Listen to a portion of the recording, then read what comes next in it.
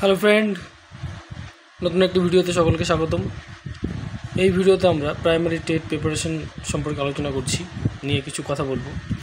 তো যে বিষয়টা তোমাদের এখানে আমি জানাবো সেটা হচ্ছে যে কী করে আমরা প্রাইমারি টেটের যে প্রিপারেশান নেব।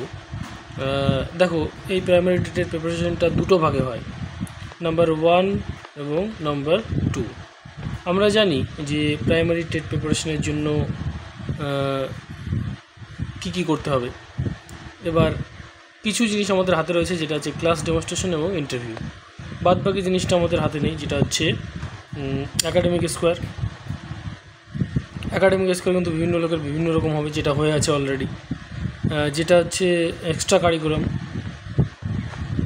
EXT আর এক্সট্রা কারিকুলাম, সেটাও কিন্তু খুব কম লোকের থাকবে, 100 জনে 1 জন 2 জন, কারণ সেটা হচ্ছে স্টেট লেভেল বা ন্যাশনাল লেভেলের সার্টিফিকেট লাগবে। এছাড়া সেটা হচ্ছে আমাদের এই দুটো জিনিস হাতে রয়েছে, ইন্টারভিউ, যেটা হচ্ছে ইন্টারভিউ এবং ক্লাস ডেমনস্ট্রেশন। এই দুটো জিনিস কিন্তু আমাদের হাতে রয়েছে। তাহলে এখানে রয়েছে 5 এবং এখানে রয়েছে 5, এই 10 মার্ক কিন্তু আমাদের হাতে রয়েছে। এই 10 মার্কে কিন্তু আমাদের ফোকাস করতে হবে, ভালো রেজাল্ট করতে হবে। এই 10 মার্কে যদি আমরা ভালো রেজাল্ট করতে পারি তাহলে কিন্তু ভালো হবে। তো অসাধারণ একটা ডেমো আমি দেখলাম কয়েকদিন আগে, ইউটিউবে একটা দাদা দিয়েছে, দারুণ। তিনি বললেন যে তিনি কী করে ইন্টারভিউ ক্র্যাক করেছিলেন এবং 2017-তে রিক্রুটমেন্ট যেটা 22-এ হলো তিনি পেয়েছেন। তো ইন্টারভিউটা আমার খুব ভালো লেগেছে, তার যে ডেমনস্ট্রেশন সেটাও খুব ভালো লেগেছে, তার যে পড়ানোর ধরন সেটাও খুব ভালো লেগেছে। তো তোমরা কি কেউ এরকম প্রিপারেশন দেখছো ইউটিউবে? তো সেটা কমেন্ট করে অবশ্যই আমাকে জানাতে পারো। তোমাদের যদি মনে হয় জানাবে, তাহলে জানাতে পারো। তো আমরা এইভাবে আলোচনা করে যেটা করতে পারি সেটা হচ্ছে আমরা ক্লাস নিয়ে কিছু জিনিস শিখতে পারি এইভাবে, এবং প্রত্যেকটা সাবজেক্ট থেকে। আরেকটা জিনিস, একজন প্রাইমারি বোর্ডেরই একজন সদস্য আছেন, যিনি একটা ইন্টারভিউ দিয়েছেন ডিডি ন্যাশনালে, ডিডি বাংলায় সম্ভবত। তার ইন্টারভিউটা কিন্তু খুব দারুণ ছিল। তিনি অনেক কিছু বলেছেন সেখানে, কী করতে হবে, কী করতে হবে না, ওটাও যদি আমরা দেখি কিন্তু ওখানে কাজ দেবে।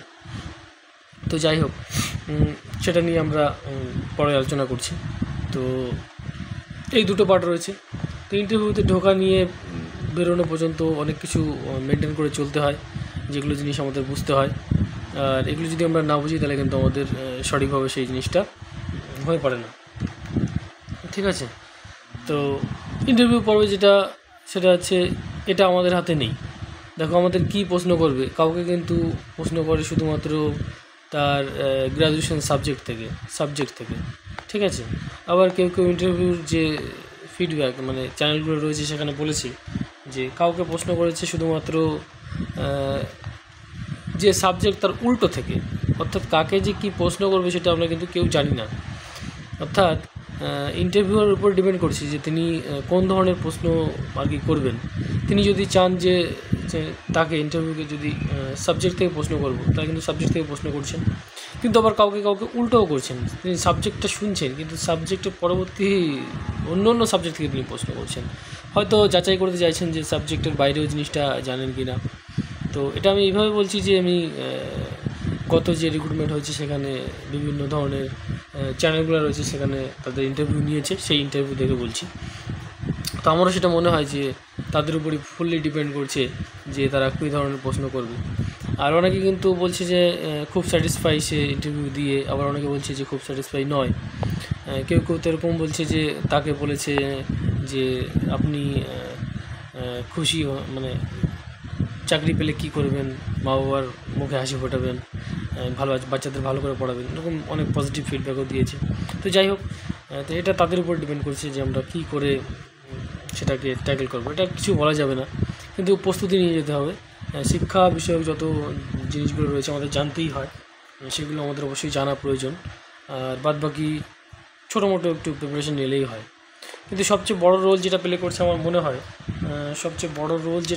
সেটা আমার মনে হয় যে সেটা হচ্ছে ক্লাস ডেমনস্ট্রেশন।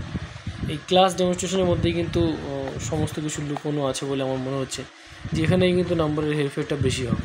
একজন যেমন আমরা যদি বলি প্যারা টিচারের কথা, প্যারা টিচারদের কিন্তু যদি 10 বছরের বেশি এক্সপিরিয়েন্স হয় তারা কিন্তু অটোমেটিক 5 নাম্বার করে পেয়ে যাচ্ছে, তাদের কোনো ক্লাস ডেমনস্ট্রেশন দিতে হচ্ছে না, কারণ এটা হচ্ছে এক্সপিরিয়েন্সের ব্যাপার। অর্থাৎ আমরা যতই যেখানেই পড়াই, টিউশন পড়াই বা বাইরে পড়াই, এর ফলে আমাদের যে এক্সপিরিয়েন্স হবে সেই এক্সপিরিয়েন্সটাই কিন্তু আমাদের এই ক্লাস ডেমনস্ট্রেশনে কাজে লাগবে বলে মনে করছি। আর তারই কিন্তু সেই রকম নাম্বার হবে বলে আমি মনে করছি। যদিও এখানে শেষের দিকে নাকি সময় অনেক কম থাকে, কাউকে 3 মিনিটও বলতে দিতে পারে, 3 মিনিটের মধ্যে আমাদের সেই জিনিসটা পুরোপুরি কমপ্লিট করে আসতে হবে। এটাও একটা কিন্তু চ্যালেঞ্জ, কী করে এতটুকু সময়ের মধ্যে সেই জিনিসটা কমপ্লিট করা সম্ভব হয়। তো এটাও কিন্তু একটা চ্যালেঞ্জের মতো বিষয়, যেটা আমরা পারবো কি না সেটাও একটা সন্দেহের বিষয়। যেমন নতুন আমরা ইন্টারভিউ দিইনি কখনো, তো এই জিনিসটা খুব সম্ভাবনা আছে যে চ্যালেঞ্জ হয়ে উঠবে আমাদের কাছে। তো তোমাদের কোনো মতামত থাকলে অবশ্যই কমেন্ট করে জানাও। আপাতত আমি এটাই মনে করছি।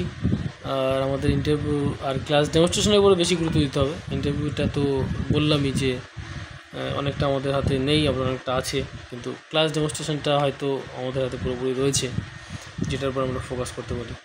তো যাই হোক, ভিডিওর কমেন্ট সেকশনে অবশ্যই কমেন্ট করে জানাবেন কেমন লাগছে আর কী করা যেতে পারে। ডিসকাস করলে আমিও খুশি হব। ধন্যবাদ, ফিরবো খুব তাড়াতাড়ি তোমাদের সঙ্গে। ধন্যবাদ।